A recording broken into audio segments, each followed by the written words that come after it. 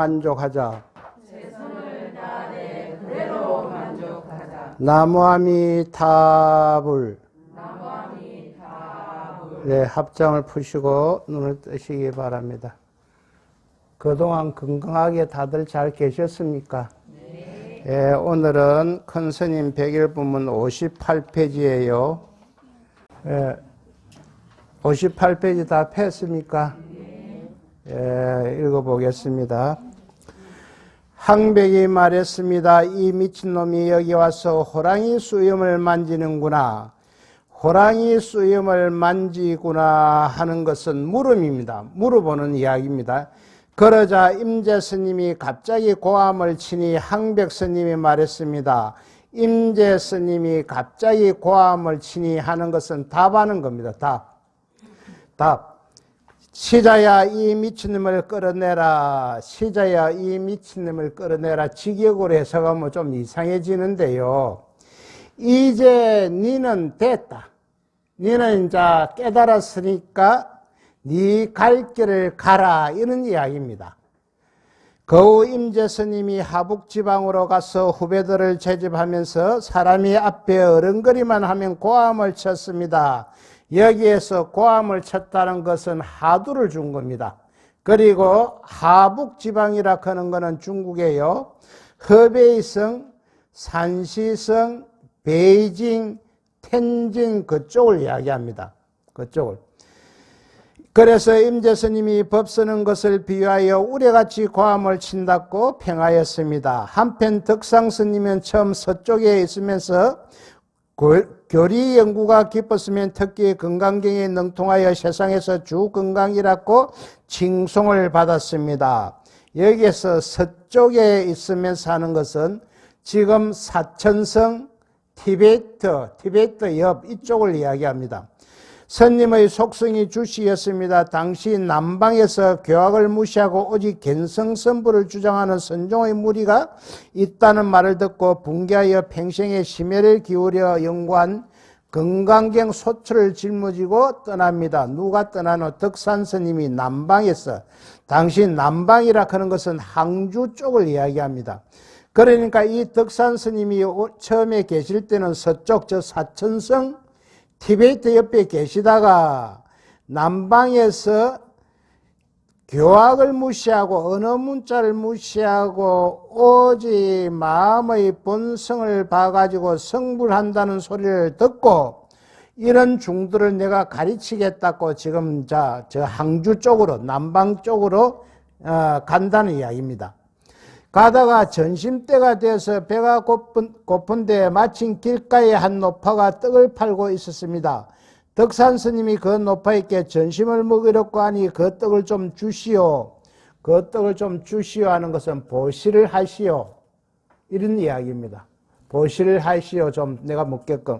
하니 그 노파가 내 묻는 말에 대답하시면 떡을 드리지만 그렇지 못하면 떡을 드리지 않겠습니다고 하니 덕산 스님이 그러자고 하였습니다. 노파가 물었습니다. 지금 스님의 걸망 속에 무엇이 들어있습니까? 건강경 소초가 들어있어. 자, 여기에서요, 떡을 파는 노파가 보통 사람이 아닙니다. 이 노파는 지금 중도를 깨달아갖고 부처님의 경지에 가 있는 노파입니다. 그래서 당신의 그 걸망 속에 무엇이 들어있는 것까지 이 노파는 알고 묻는 겁니다. 여기에서. 건강경에 과거 마음도 얻을 수 없고 현재 마음도 얻을 수 없고 미래 마음도 얻을 수 없다고 하는 말씀이 있는데 이것이 건강경 18분에 나옵니다. 과거심 불가득, 현재심 불가득, 미래심 불가득 이런 말이 나옵니다. 그 이야기입니다. 지금. 스님은 지금 어느 마음에 전심을 하시려고 하십니까? 어느 마음에 전심을 하시려고 하십니까? 이것은 하두입니다. 물음입니다. 덕산 스님이 이 이야기에 아무 말도 못했다는 거예요. 왜? 자기가 어느 문자는 도사인데 능통하여 도사인데 마음을 깨치지 못했다는 것입니다. 은설은 대이론가이지만 내 마음을 깨치지 못했기 때문에 이 노파가 어느 마음에 전심을 하시려고 하십니까? 하니까 말문이 깍 막혔다는 거예요. 그래서 우리들은 노정기를 알고 어느 정도 이해를 하면은 그때부터 망공부를 해야 됩니다. 이 노파는 어느 경전에 보니까 간셈보살의 하신이다 이런 말이 나와 있습니다. 그러니까 간셈보살이 하신을 해가지고 떡을 팔고 있다 이런 이야기입니다. 전신 먹겠다고 하는 말을 빌어 이렇게 교묘하게 질문을 했습니다. 이 돌연한 질문에 덕산 스님은 아무 말도 할 수가 없었습니다. 왜 아무 말도 못했노? 자기가 마음을 깨치지 못했기 때문에.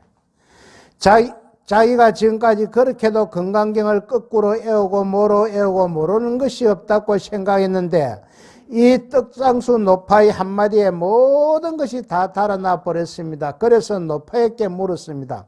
노파에게 호되게 당했다는 거예요.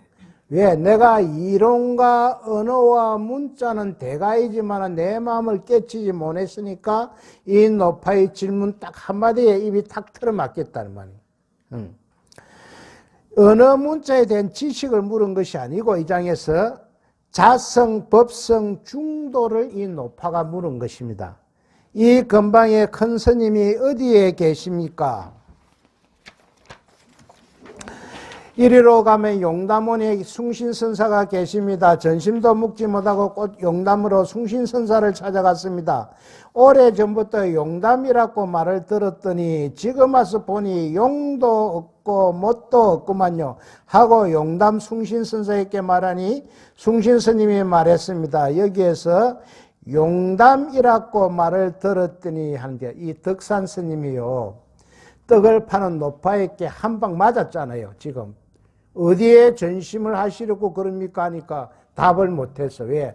내가 깨치지를 못했기 때문에. 그런데 신기가 불편해가지고 노파한테 한 방 맞고 나니까 얼마나 분한 마음이 들겠습니까? 그래가 숭신 스님을 한 방 딱 먹이려고 했는데 여기에서도 딱 말문이 바뀌는 거예요. 용담이라 그런 건 용도 없고 담은 이거 물을 모아놓은 담수 있는 뜻이거든.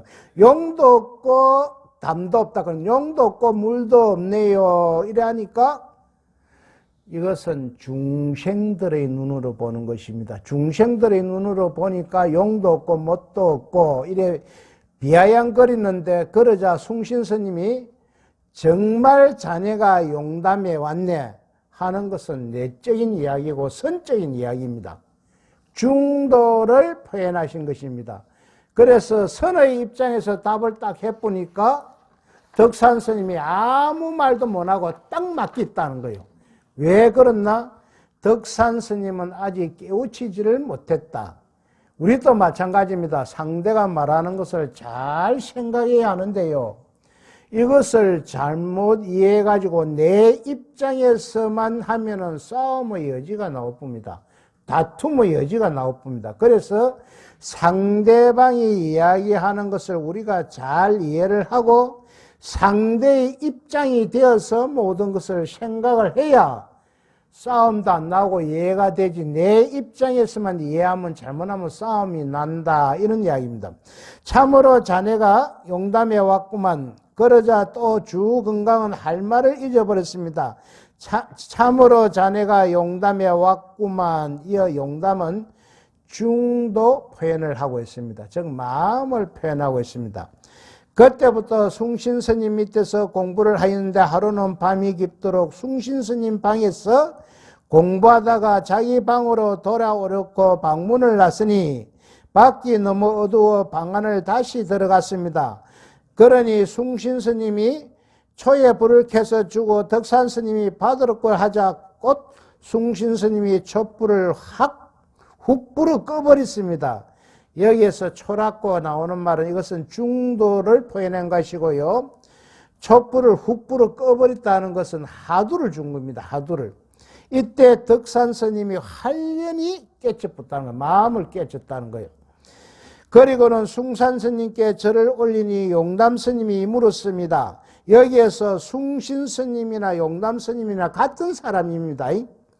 너는 어째서 나에게 절을 하느냐? 이제부터는 다시 천하 노하상들의 말을 의심하지 않겠습니다. 그 다음날 덕산 스님이 건강경 소초를 법당 앞에서 불살라 버리며 말했습니다. 굳이 건강경 이 소초를 불살라 안 버려도 되는데 자기가 이때까지 어느 문자에 대해서는 나를 따라올 사람이 없다 이렇게 생각을 했는데 마음을 깨치지 못했으니까 선적으로 질문을 딱 해보니까 답을 못한다는 거예요. 그래서 이제는 어느 문자는 안 보겠다 이런 이야기입니다. 어느 문자는 모든 행변을 다해도 마침 트럭 하나 허공에 둔 것 같고 세상의 추기를 다한다 해도 한 방울 물을 큰 바다에 던진 것이다. 이 행변이라 하는 것은 옳고 그르고 참되고 거짓이고 이런 것을 나타내는 표현이고 세상의 추기를 다한다. 이 추기라고 이야기하는 것은 사물의 중요한 대목이나 중추가 되는 기간인데 우리가 가톨릭에 가면은 추기경이라 그런 분이 있어. 추기경. 그런 분을 고만 연상하면 됩니다. 여기에서 추기를 단다. 그 후 후배들을 제접할 때는 누구든지 보이기만 하면 가서 몽둥이로 때려주었습니다. 여기에서 몽둥이로 때려주었다는 이야기는 하두를 줬다. 그런데 누구든지 이런 말이 나오는데요. 우리들에게는 몽둥이를 안 때립니다. 왜? 우리는 그만큼 공부가 되어 있지도 않고 근기가 약해서 때리지를 않습니다. 내가 한 사람을 딱 때릴 때는 때리면은 맞은 그 사람이 와 때리는 거 알아들을 정도가 돼야만이 때리지. 아무 무식쟁이한테 갑자기 몽대를 때리면 그 때린 그 사람이 맞아 죽습니다. 왜? 아무것도 모르면서 왜 몽둥이를 때리나고 달라들거나 이래 폭력이 나오는데 여기에서 몽둥이를 때렸다 하는 것은 이 몽둥이를 맞고 네가 어느 정도 공부만 하면 깨달을 수 있다 이런 사람한테 때리지 우리 같은 사람한테는 때리라 해도 씌우고 안 때립니다. 그래서 우리 보살님이나 거사님들이 이런 큰 스님들한테 물어봐갖고 대답을 못 하더라도 몽둥이 맞을 일은 없으니까 걱정을 하지 마십시오. 그래서 덕산 스님이 법 쓰는 것을 비하여 비 오듯이 몽둥이로 때린다고 평하였습니다. 그리고 일주일에 한 번씩 대중방을 뒤져 책이란 책은 모조리 찾아내어 불살라버리고 나 있습니다. 이와 같이 우리도 참선의 신심을 내어 자성을 바로 깨치도록 노력합시다. 이어서 불살라버리곤 하였습니다. 이런 말이 나오는데요. 오늘 참석하신 불자님 여기서 착각하면 안 됩니다. 이 덕산 스님 밑에 해상에 있는 대중 스님들은 어느 정도 노정기를 이해하고 이 언어 문자도 다 이해를 하고 있는 사람들입니다. 그래서 여기에 집착을 하지 말았고 책을 뒤지가 불살한 것이지 언어 문자를 모르는 사람들이 만약에 있었다면 불을 지를 이유도 없고 이 책을 찾아낼 이유도 없습니다. 이 책에서 지금 말씀하시고 계시는 큰 스님은요. 여기에서 큰 스님은 항상 성철 큰 스님을 이야기한다고 그러지요. 대한민국에서 그 당시에 성철 큰 스님만큼 책을 많이 반 사람이 없습니다. 지금도 백년암에 가면 장강객이라 해가지고 그 안에 성철 스님이 읽었던 책을요. 자오전에 한 창고가 더 됩니다. 뭐 얼마나 책을 많이 보시는지. 그렇지만은 어느 문자에 집착을 하면은 자꾸 논리적으로 이론적으로 알려고 한단 말이지. 그래서 논리적으로 이론적으로 알려고 한다면은 천년이 가든 만년이 가든 내 마음을 깨칠 수가 없습니다. 우리가 행과 불행이 행복하고 불행한 것이 물론 물질적으로 최소한 있어야 되지만은 이 물질이 내가 행복하고 불행하는 데는 아무것도 관여를 할 수가 없습니다. 내가 1억을 가지고 있어도 한마음 잘못 보면 거지요. 내가 1000만 원을 가지고 있어도 한마음 잘 먹으면 그것은 부자입니다. 내 생각이 어떻게 마음을 먹고 어떻게 행동하느냐에 따라서 행복도 되고 불행도 된다는 것입니다. 어느 날 해인사에서요. 성자 스님이 법문을 떡 하는데 해인사에 그 뭐 억수로 늘으니까 엄청 길이 사람들이 많이 모여있을 거 아닙니까? 법문을 하는데 성자 스님이 법문의 요지는 지금 이 덕산 스님이 이 이야기입니다. 공부하는데 지장이 되니까 책을 부살려 버려야 된다. 이런 대목에서요, 한국 스님이 그날 맨 앞에 앉아 있었거든. 한국 스님도 깨우친 사람입니다. 성철 스님과 너무너무 잘 친한 도반인데, 문경 봉암사에서 성철 큰 스님이 주도를 해가지고 봉암사 결사를 할 때 한국 스님이 참석을 했는데, 한국 스님이 깨치지를 못했어요. 그래서 성철 스님이 한국 스님한테 하도를 줍니다. 물음표를 주니까 한국 스님이 다 이래 참선을 해갖고 다 깨치고 보니까 성철 스님이 호랑이는 호랑이인데 새끼 호랑이란 말이지. 아직 큰 호랑이가 아니다. 아직 완전히 니는 깨치지를 못해. 좁게 알똥말똥한다 해가지고 성철 스님을 문경 봉암사 절문 밖으로 막 밀어내붙습니다. 밀어내고 안에서 딱 잠가붙습니다. 장갑 보니까 성철 스님이 굉장히 다혈질입니다. 씹 쫓았는 건 애사고만 난리가 나고 문 안 열어준다고 난리가 나고 하는데 안에서 꿈쩍도 안 하고 있으니까 성철 스님이 방구 바위로 들고 갖고 막 그 일주문 대문을 막 깡 내리치는데 대문이 부서지면서 안에 한국 스님 발등에 돌이 맞은 겁니다. 그러니까 발등이 피칠갑이 되겠지. 그래갖고 둘이서 방에 들어가지고 벅그랑을 합니다. 네가 어떻게 깨치노 내가 어떻게 깨치노 둘이서 선문답을 하니까 피나는 거는 간데없고 박수로 치고 아동고 난리다. 두 사람 다 그때 깨친 거예요. 완전히. 그런데 성철 스님은 어린 호랑이였고 그 당시에 한국 스님 깨치지를 못했는데 성철 스님이 한국 스님한테 하도를 주니까 한국 스님이 딱 그 하도를 공부를 해가지고 딱 깨치붙거든. 깨치붙기에 성철이는 호랑이는 호랑이인데 새끼 호랑이더라. 아직 다 못 깨쳤다. 그래갖고 둘이 다 안 죽게 다 깨치뿐 거예요. 이 한국 스님이 해인사에서 성철 스님 법문할 때 맨 앞자리에 있다가 공부를 하는 데는 이 책을 많이 보고 어느 문자에 집착하면 뭐 방해가 되니까 책을 보지 마라 하니까 한국 스님 앞에 맨 앞에 있다가 뭐라 했냐면 그러면 저 백년함에 있는 책 다 불살라 뿌야 되건데 이렇게 같이 있던 스님들이 다 하하 웃어붙습니다. 웃어붙으니까 성철 스님이 어떻게 대답을 했냐면 여기서 글자기는 무심하게 여연아 불착수라.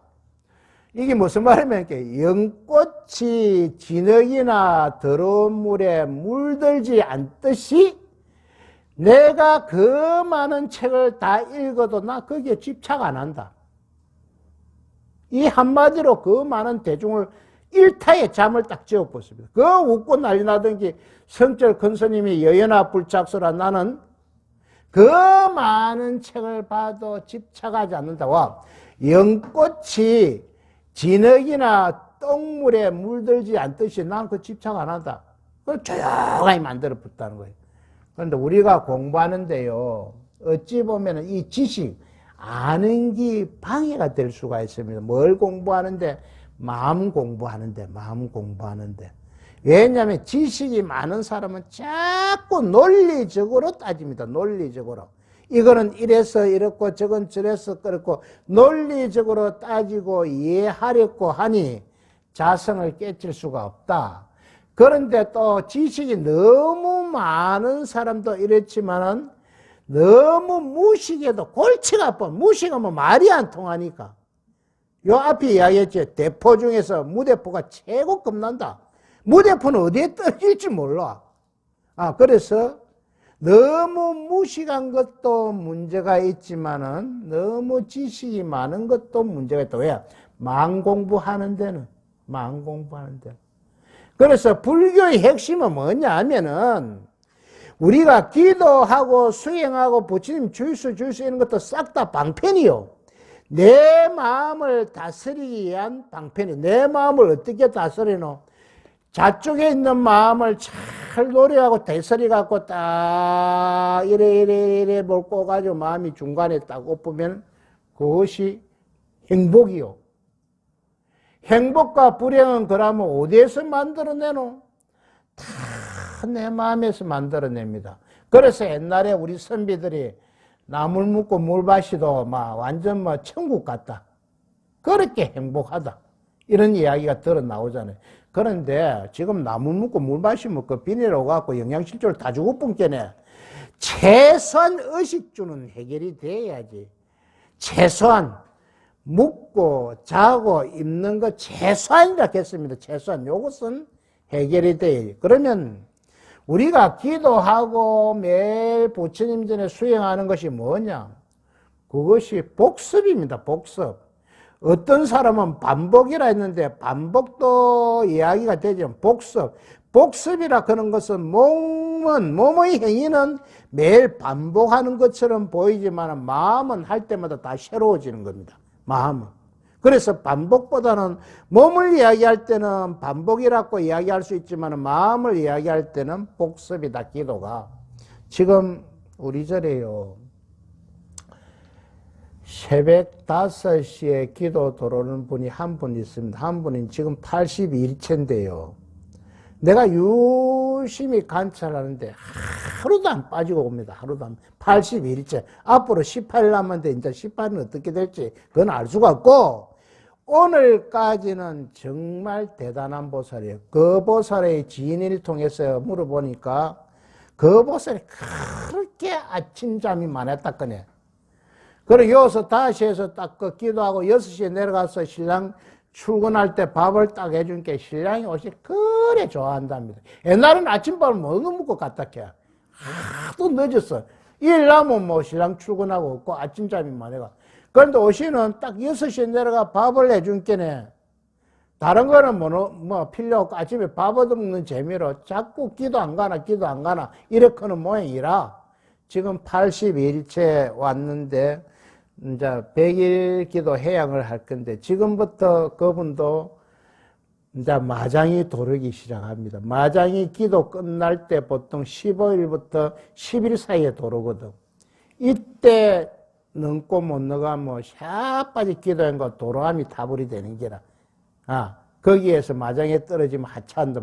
우리 보살님들도 21일 기도나 49일 기도나 100일 기도나 1000일 기도를 할 때 마지막에 1000일 기도라면 마지막 한 달이 가장 문제가 되는 것이고 100일 기도를 하는 것도 마지막에 15일이나 11일이나 또 가장 문제가 생깁니다. 21일 기도를 하는 것도 한 17일 하고 나서 그 3, 4일이 문제가 되고 49일 기도를 하는 것도 마지막 9일이 문제가 딱 됩니다. 그때요 열심히 안 하면 샤빠지 고생하고 기도해난 거 도람이 타불이 되었습니다. 그때는 집에서 이상한 싸움도 일어나고 골치 아픈 일이 막 일어날 수가 있습니다. 이 다 마장입니다. 그 기도를 방해하기 위해서. 그거만 딱 넘어보면은 나중에 한의심이 싹 도른단 말이에요. 한의심. 그래서 우리 보살님들도 집에서 기도를 할 때 이런 것을 유의해서 하십시오. 자, 다음 장에 이제 넘어가네요. 다음 장, 중도 사상. 교학에서의 중도 사상, 이래 되가 있네요. 앞장에서는 임재 스님과 덕산 스님은 선어로서 중도 사상을 말씀하셨고, 여기에서는 교학이 무엇입니까? 어느 문자지요? 어느 문자에서 교학은 어떤, 그 중도 사상이 어떤 것인가? 앞에서도 말씀한 바 같이 불교는 다른 종교와 달리 그 교리 내용이 복잡다단합니다. 왜 교리 내용이 이렇게 복잡다단하게 되어 있냐면 부처님께서는 사람들의 밥그릇에 따라서 법문을 하다가 보니까 이렇게 많이 늘어지죠. 왜? 유치원에 다니는 수준이면 유치원 수준으로 법문을 해주고 초등학교 수준이면 초등학교 수준 해주고 중학교 수준이면 중학교 수준, 고등학교면 고등학교, 대학교면 대학교 이렇게 그 사람들의 경지에 맞춰서 법문을 하다가 보니까 84,000 법문이 나온 게요. 8만 대장경이 나왔단 말이지. 그런데 다른 종교에서는 이런 거 필요가 없습니다. 왜? 다른 종교에서는 무조건 산을 가든지 똥구대기로 들어가든지 자로 가든지 우를 가든지 무조건 믿어라, 신을 믿어라 이렇거든요. 그런데 불교는 내 마음 공부이기 때문에 내가 알아들을 때까지 상대방에게 묻고 그래도 못 알아들으면 내가 수행을 터득을 해야 돼, 체득을 해야 돼. 내 마음의 참나를 내가 봐야 된다. 이것을 성품을 봐야 된다. 그래서 불교가요, 쉽고도 어렵습니다. 쉽고도 어려워. 그렇지만은, 만약에 이래가지고 내 마음을 딱 보고 성품을 깨달았다 그러면, 내나 하느님이 똑같이, 내가 하느님이고 하느님이 내가 돼본다니까요. 그런 사람이 되려고 하면 그래 죽게 되겠나 말이지. 그래 열심히 마음 공부를 해야 된다. 다른 종교의 소위경전은 간단하지만 불교의 소위경전은 팔만대장경이라고 하는 방대한 전적이 있습니다. 성경요 싹 다 예쁜 사람이 저 옛날에 월정사 탄어스님요. 탄어스님 같은 분은 성경을 뭐 다 아리 뭐 앞으로 하고 뒤로 하고 다 예쁜 사람. 그분은 진짜 유불선에 통달하신 분인데 요 앞강의에 이야기하지요. 그 대학교하고 유명한 사람들이 그 스님들 법을 물어오는데 법상에 올라가 하시는 말씀이 내 큰기 너그 쪼껭 구멍이 그 들어가겠나 이렇게 해갖고 난리 법석이 났단 거거든. 그 말귀를 못 알아들어서 그거거든. 스님은 선적으로 이야기했는데 그 사람들은 중생의 입장에서 들어서 그래. 중생의 입장. 그러니까 탄호 스님이 건기에 맞춰 그런 이야기를 안 하고 건기에 맞춰가 이야기를 해줘야 되겠는데 그만 선적 깨달은 입장에서 이야기를 해본 게 알아듣는 사람이 못 알아들어. 그래 신문에 난리가 나고 그 단어는 땡중이 닿고 그 큰 게 우리 쪼껭 구멍에 들어가는데 이렇게 들어갔고 난리 법석을 띄고 있는데 그게 선적인 이야기입니다. 그 속에서도 어떤 데는 이런 방편을 어떤 데는 저런 방편을 말씀하셔서 얼핏 보면 서로서로 모순도 있는 것 같고 갈피를 잡기 어렵습니다. 어떤 데는 이런 방편, 어떤 데는 저런 방편인 것은 우리의 근기에 맞추어서 이야기하다가 보니까 이런 일이 일어났다. 이런 이야기입니다. 만약에 내가 대학교에 다니는데요. 우리 집 조카가 유치원에 다니는데 우리 집 조카가 유치원에 다니면서 나를 가리키려고 3.5짝 이야기를 해갖고 그게 우습게 되잖아요. 그래서 그 근기에 맞춰서 법문을 해야 된다. 그래서 우리 중생들은 수준에 따라서 중도를 이해시키고 하니 여러 가지 방편이 도움된 것입니다. 고스님께서는 이런 줄을 달았습니다. 이 101법문에서 손바닥, 손등, 손으로 말씀을 하시는데 이것도 다 마찬가지라고 이야기합니다. 손바닥을 봐도 이 손등을 볼 수 있어야 된다는 겁니다. 그럼 이 손등을 봐도 이 손바닥을 볼 수 있어야 되고 이 손 크면은 손바닥, 손등을 다 볼 수 있어야 되는데 우리 중생들은 그렇지 않고 손바닥 그러면 이 손바닥만 보고 내가 맞다고 싸운다는 겁니다. 그 뒤에 손등이 있는 거는 모르고 그 요래 보면 또 손등만 보고 그 뒤에 손바닥이 있는 걸 모르고 싸운다는 거예요. 이것이 우리들의 중생의 삶이다. 그래서 공부를 어느 정도 해 들어가면 마음 공부를 해 들어가면 손 크면은 손바닥과 손등까지 다 봐야 된다는 거예요. 그러고 손바닥 크면 손등도 볼 줄 알아야 되고 손등 크면 이 손바닥도 볼 줄 알아야 어느 정도 공부가 돼 들어간다는 이야기입니다. 그런데 이 교학 사상, 그런데 교학은 언어 문자를 지금 다루는 게거든요. 이것은 논리적으로 정립을 해놨기 때문에 오늘 참석하신 우리 불자님들은 이런 게 있구나 하면 되지 그렇게 파고 들어갈 필요가 없다. 그러나 내가 불교 공부를 해가지고 동국대학교 가가지고 불교학 석사 박사를 받거나 안 그러면 불교 공부를 해가지고 강의하러 다니는 사람은 이 교학을 알아야 된다. 그 나머지는 가지는 볼 필요 없다. 그런 게 있구나 하고 뭐 뿌리와 줄기만 알면 된다. 성철 큰 스님이 종정에 추대해서 하신 법어가 있는데요. 산은 살이요 물은 물이다고 하신 거 이거 난리가 났잖아요. 산은 산이요 물은 물이다. 산은 산이요 물은 물이다. 산은 산이요 물은 물이다고 한 것은 중도를 표현한 것입니다. 모르는 사람은 산은 산이고 물은 물 맞지 이렇게 하지만 이것이 그런 게 아니고 이것은 중도를 표현하신 대단한 소리거든. 그러면 이것이 성철 큰 스님의 독자적인 이야기가 아니다. 옛날에 큰 스님들이 다 이런 이야기를 해놓은 겁니다. 손바닥이고 물은 물이요 하면 손등이고 산은 산이요 물은 물이요 하는 것은 손선체를 이야기한다. 누가? 이것은 고 스님께서 주석하신 것입니다. 자, 그래서 부처님께서 45년간, 이 45년간 또 다른 경전에 보면은 49년간 요래 두 가지 설이 나옵니다. 45년, 49년 이런 거 갖고 따질 필요 없다. 45년간 설법하신 말씀 전체를 체계화하고 가체적으로 배열하여 자기 종파의 입장을 분명히 밝히게 되었는데 교학적으로는 이것을 교판이라고 이야기합니다. 자, 이 교판은 자기 종파의 주장을 이야기하고 있다. 우리 태고종의 주장은 건강경을 기본 경전으로 하고 원융합을 하는 것이 우리의 교파다. 내가 니들 따지지 말고 서로 합하자 그런 게 태고종의 교판입니다. 조계종의 교판도 건강경을 소위 경전을 하고 태고종하고요, 조계종하고 옛날에 한 종단입니다. 한 종단으로 이래 있다가 비구 대처정 싸움을 해가지고 대처는 다 후두가 나온다. 그래서 지금 대처가 그 종단이 지금 뭐가 됐냐면 태고종이 됐고, 그 다음에 어찌되었든 간에 도민증에 솔로로 돼가 있는 사람이 지금 조계종 스님들이다. 그 이전에는 같은 종단이었다. 그래서 태고종하고 조계종하고는 붙으면 지금도 싸웁니다. 내가 적통이다, 네가 적통이다. 이래가지고 서로 아직까지도 싸웁니다. 교상판석의 줄임말로서 혹은 간단하게 판석이라기도 합니다. 판은 부판, 쪼개어 판단하는 뜻이면 석은 해석한다는 뜻입니다.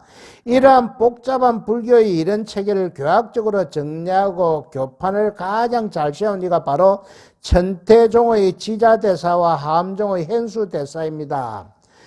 지자대사는 부처님의 가르침을 58교로 분류하여 해석하였습니다. 50이란 부처님의 일생 동안의 설법을 5시기로 나눈 것입니다. 첫째는 하음시. 하음시로서 부처님의 보리수 아래서 성도하시고 불교 최고의 진리를 말씀하셨다고 하는 21일 동안의 설법 기간을 말한다. 21일 동안 방대한 하은경을 강의했습니다. 두째는 녹야원시로서 21일간 하은경을 설하시고는 다시 교주녀 등 5비구들을 위하여 소승교를 설하였습니다. 이후 12년간 주로 소승교만을 설하셨으며 이때의 설법을 결집한 것이 안경이라고 하여 이 시기를 암시라고도 합니다. 이 안경은 초기 경전인데요. 흔히들 원시 경전이라고 하지만 정확하게 이야기하면 불교의 경전이라고 해야 맞다. 이것은 내 주장입니다. 지금 내 주장. 왜 그렇나 하면은 이 책에서 큰 스님이 소승교라는 말을 썼습니다. 소승교는 부파불교라는 이야기인데 이것은 초기 경전이 아니고 지금 안경은 부파불교의 경전이라고 나는 생각한다. 팔리어로 된 니까야는 남방으로, 이 니까야가 초기 경전이거든요. 팔리어로 된 니까야는 남방으로, 남방이 지금 스리랑카, 태국, 미얀마 이쪽을 이야기합니다. 그리고 산스크리스트로 된 안경은 북방으로, 북방은 어디로 이야기하냐? 중국, 한국, 일본, 대만 쪽을 이야기하고 있습니다. 그 당시 팔리어는 서민적 언어고, 서민들 언어고 산스크리스트어는 기족적인 언어인데 그럼 부처님이 어느 언어를 많이 썼냐면은 서민적인 언어를 거의 다 썼습니다. 그러니까 니까야에서 나오는 팔리어를 썼다. 여기서 큰 스님이 소승교라는 용어를 사용하신 것도 아마 내가 안경은 초기 경전이라고 흔히들 이야기를 하고 있지만은 아마 부파불교의 경전이다. 그래서 큰 스님께서는 소승교라는 말을 안 썼겠나. 셋째는 방등시로서 대소승의 법을 함께 설하여 영양근기나 둔한근기나 간에 고르게 이익을 주는 시기를 말합니다. 이건 8년간 설한 겁니다. 방등시는 유마경, 사역경, 능가경, 능엄산매경, 건강변경, 성망경 등이 설한 연간을 말한다. 네 번째 반야시. 반야시라 하는 것은 이제 간단하게 우리가 반야신경을 생각하면 됩니다. 건강경도 반야시고 반야경도 반야시고 방등시 후 22년간 모든 반야경을 설하신 것입니다. 22년간 이 반야신경이요 22년간에서 우리 반야신경이 요 애는 요것이 22년 동안 설했다는 거예요. 그러면 이렇게 된 것을 이렇게 오가지고 함축을 했다는 겁니다. 다섯째, 그 다음 장. 법화열반시로서 법화경과 열반경을 설한 시기를 말합니다. 법화경은 8년간 설법이며 열반경은 부처님의 열반에 드시는 최후 하루낮 하룻밤 동안에 설하신 것입니다. 오시를 가르친 시기를 합산해 보면 50년이 되는데 지자대사는 부처님께서 29세에 성도하시고 79세에 열반하셨다고 보기 때문입니다. 이것은 지자대사의 주장입니다. 주장이라고 우리가 아시기 바랍니다. 그 다음에 팔교란 부처님이 중생의 근기에 따라 설법의 방식을 달리한 것인데 그 교화 방법에 따라 네 종류를 나누니 하이사교로 한다. 하이사교라는 것은 가르침의 행식에 따라서 분류한 것이다. 즉 동교, 정교, 비밀교, 부정교이고 또 설법의 내용에 따라 네 종류로 나누니 동교라고 이야기하는 것은 세존이 체득한 깨달음을 그대로 설한 함경이다. 21일 동안 설한 함경이고 정교는 쉽게 시작해 점점 어렵게 나아가는 것입니다. 노견시, 방등시, 반야시 차례로 설한 경전이 여기에 해당한다고 볼 수가 있다. 3번 비밀교는 듣는 이들 간에 알지 못하게 근기에 따라 설했다. 근기에 따라서. 각자 근기에 따라 설했기 때문에 각자 다른 이익을 얻게 되는 가르침이다. 그 다음에 부정교는 같은 내용을 설했지만 듣는 이들의 근기에 따라서 이해하여 각자 다른 이익을 얻게 하는 가르침이다. 같은 내용을 똑같이 설하는데도 이 자리에 참석하신 분들을 알아들을 수도 있고 못 알아들을 수도 있단 말이지. 그래서 자기가 알아듣는 만큼 이익을 얻게 한 가르침이다. 자, 합법사교, 즉 장교, 통교, 벨교, 온교라는 말하는 것입니다. 합법사교라는 것은 내용에 따라 분류한 것이다. 자, 장교는 뭐고? 안경을 비롯하여 초기의 가르침을 이야기한다. 통교는 성문 용각 보살에게만 공통되는 가르침이다. 그리고 성문이라 하는 것은 뭐냐? 부처님의 가르침을 받아서 깨달음을 얻은 부처님의 제자를 이야기하고, 영각이라 하는 것은 부처님의 가르침을 받지 않고 자기 스스로 깨달은 사람이다.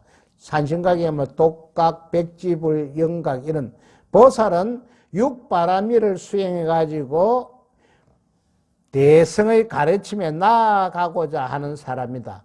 육바라밀만 수행해도 보살행으로서는 좋지만은 절대 깨달을 수는 없다. 그리고 벨교는 보살만을 위한 가르침이다. 온교는 세존이 체득한 깨달음을 그대로 설한 가장 완전한 가르침이다. 중도 실상을 설명하였으므로 최고로 깊은 가르침입니다. 그래서 앞에 장교, 통교, 벨교는 온교를 가기 위한 하나의 징검다리 역할밖에 안 했다. 온교를 통달해야만이 중도를 깨달을 수가 있다. 자, 장교는 갱장, 율장, 논장의 3장에 의해서 세운 교법으로서 소승자리교를 말한다. 갱장은 무엇입니까? 부처님의 가르침이고, 율장은 뭐냐? 율장은 그 교단의 규칙이란 말이지, 규칙. 그 교단의 규칙이고, 논장은 갱장에 대한 주석이라, 즉 부처님의 가르침이 어려우니까 거기에 대한 주석을 따라가지고 중생들이 쉽게 알아들을 수 있도록 한 것이다. 즉 안경, 오부, 바사론, 구사론 등의 교학이다. 통교란 성문성, 영각성, 보살성의 삼성에 공통하고 삼성이 함께 받는 가르침을 해야 한다. 성문성은 조금 전에 이야기했지요. 부처님의 말씀을 듣고 깨달은 자들. 그리고 영각성은 부처님의 말씀에 의지하지 않고 스스로 깨달은 자. 보살성은 육바라미를 닦아서 부처를 이루고자 하는 자. 별교란 성문연과 이성과 함께 할 수 없고 보살성의 수행자들만이 이해할 수 있는 특별한 가르침을 말합니다. 별교는 객력의 입장에서 설한 교리이며 원흉무이한 입장에서 설명하지는 못했기 때문에 원교와는 틀립니다. 여기서 객력이라는 용어는요, 나누고 분별하고 판단하고 이런 이야기입니다. 그리고 원흉무이하다 그런 것은 다 걸림없이 이렇게 합하는 것. 원흉무이. 원교란 객력이 아닌 사와 이가 온용한 중도 실상을 설명함으로 대성 가운데 최고로 깊은 가르침을 말한다. 아까 원교는 중도의 깨달음 최고다고 이야기했죠. 원교는 중도 실상을 설명하였다고 하는데 앞에서 모든 것이 중도를 설명하기 위한 것들입니다. 나는 학문을 하는 중이 아니기 때문에 지금 나를 이야기합니다. 나는 학문을 하는 중이 아니기 때문에 이 이상 더 깊이 들어갈 수도 없고 오늘 참석한 여러분들에게 이 이상 더 말해줄 수도 없습니다. 왜? 앞에 열간 요것만 공부하려고 해도요 10년이 걸립니다. 10년. 요 몇 개 나오는 요것만 공부하려고. 그래서 오늘 참석한 불자님들에게 이야기하고자 하는 건 너무 가지에만 신경을 쓰지 말고 뿌리와 줄기. 불교는 뭐냐? 불교는 내 마음을 잘 다스린구나. 내 마음을 잘 다스리면은 행복해진다. 내 마음을 잘못 다스렸으면 이기심으로 꽉 차가지고 불행해진다. 여기 전부입니다. 요걸 이야기하려고 보니까 사람들이 건기에 따라서 이야기하니까 이렇게 버리지는 거예요. 그 불교는 뭐? 결론적으로 내 마음을 다스리는 거예요. 내 마음. 그런데 내 마음을 잘못 다스리는 사람은 기도를 하고 100일 기도를 하고 우리 아들이 대학교 가도록 기도를 했는데 100일 기도인데 그러면 떨어져. 떨어진 게 한다는 말이 부처도 없고 신중도 없고 뭐 아무것도 없더라. 나는 앞으로 절에 안 가도. 그게 누가? 우리 속시의 할머니가 그랬어요.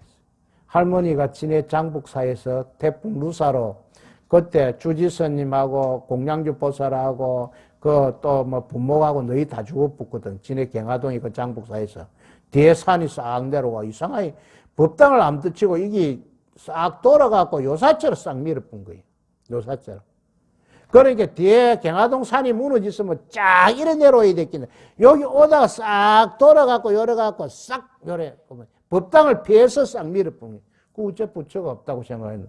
우리 주지스님이 뭐 잘못했든지, 공양주가 잘못했든지, 무슨 전생에 업이 많았지. 그건 너희 다 죽어보세요. 그래, 나한테 할매가 하는 이야기가, 촛팔이나 동지나 쌀이고, 절에 가보이, 그 주지스님이 할머니, 좌우전에 할머니 하고 친척이 돼, 주지스님이.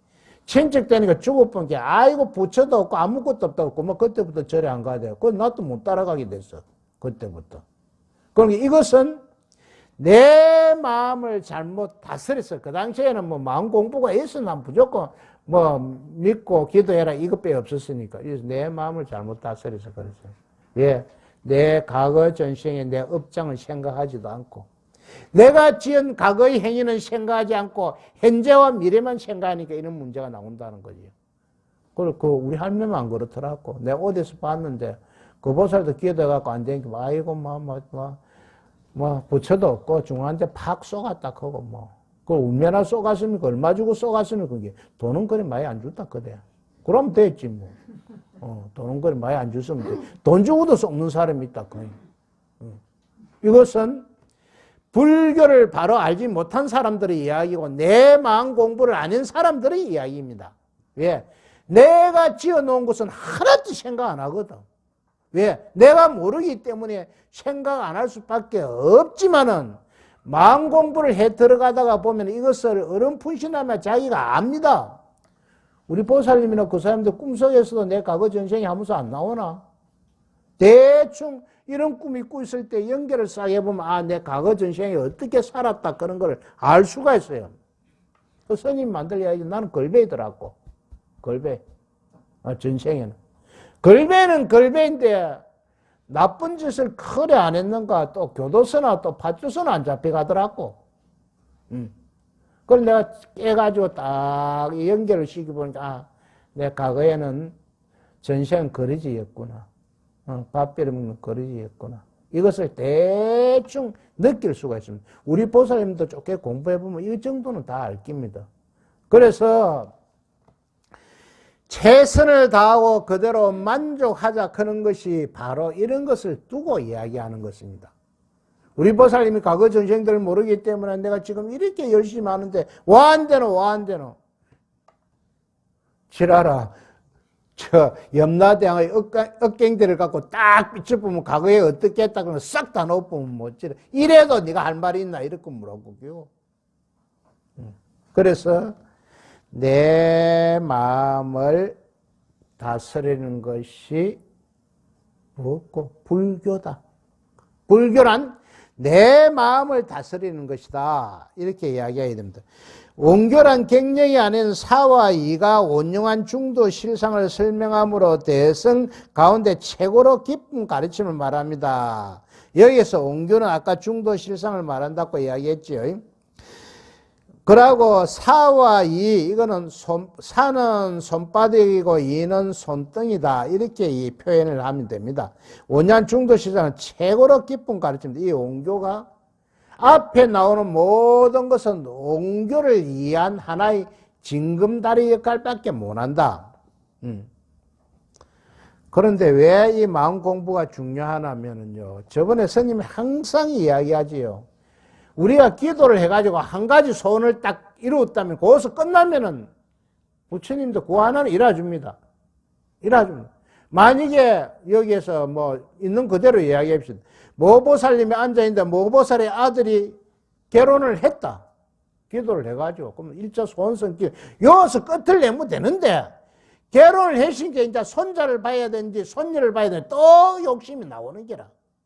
또 그럼 또 뭐 내가 손자를 우리 집에 대를 이어야 되니까 손자를 보자. 그럼 손자를 봤다. 그럼 손자를 봤으면은 학교 가면 또 뭐 공부 1등 해야 된대.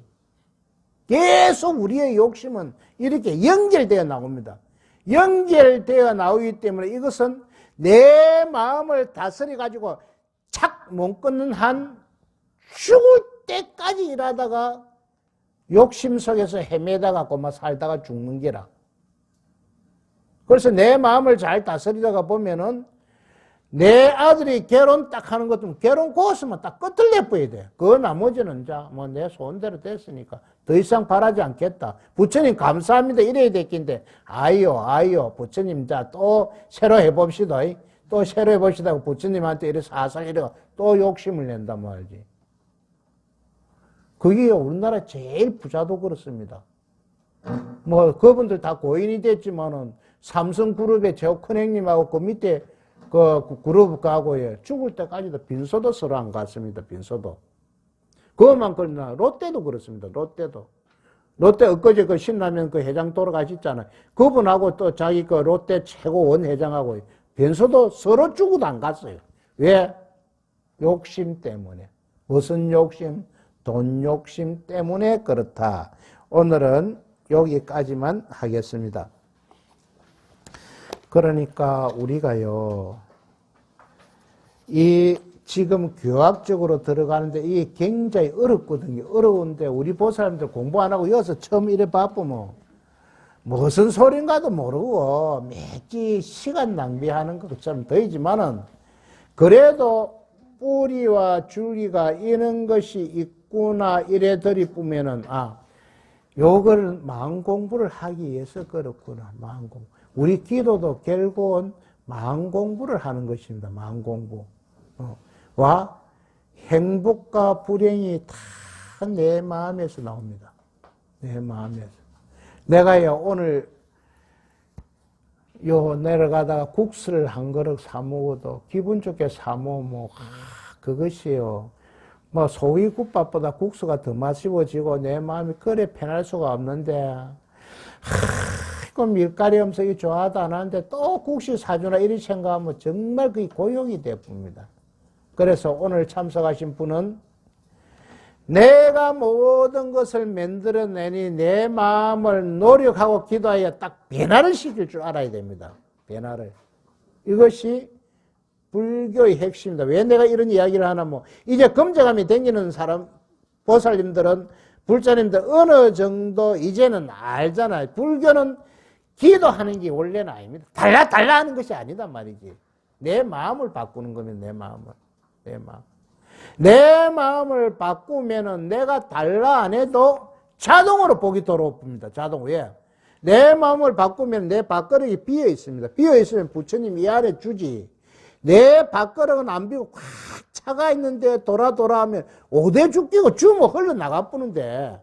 주먹 흘러나가는데. 그래서 기도는 내 밥그릇을 자꾸 비우는 겁니다. 딱 비워나면은 부처님이 이제 이 안에 복을 주는 복. 아무리 주고 싶어도 받을 그릇이 없는데 어디 주는 말이지. 그래서 내가 내 마음을 비워야 되네. 비워야 그 안에 복이 들어오지. 내가 내 마음에 욕심을 가득 차가 있으면 복 들어갈 데가 없습니다. 그래서 우리가 사경하는 것도 그렇고 또 우리가 진언하는 것도 강명진언하는 것도 그렇고 지장보살 하는 것도 하고 왜? 복을 받기 위해서는 내 마음을 자꾸 비워야 됩니다. 비워야 큰 복이 들어옵니다. 큰 복이. 그러면 일다스님께서는 이래 이야기했거든. 내가 억수로 급한 게 있는데 그 비울 데가 어디 있노? 빨리 내 골치 아픈 거 해결해야지. 일다스님의 말은 맞습니다. 맞는데 그걸 빨리 해결하고 나면 그것으로 끝나야 되는데 또 다른 해결을 해달라. 아까 안 그러거든. 우리 결혼 딱 했으면 끝나야 되는데 또 손자 낳아야 되지, 손녀 낳아야 되지. 이렇게 욕심이 연결된다는 거죠. 예, 감사합니다.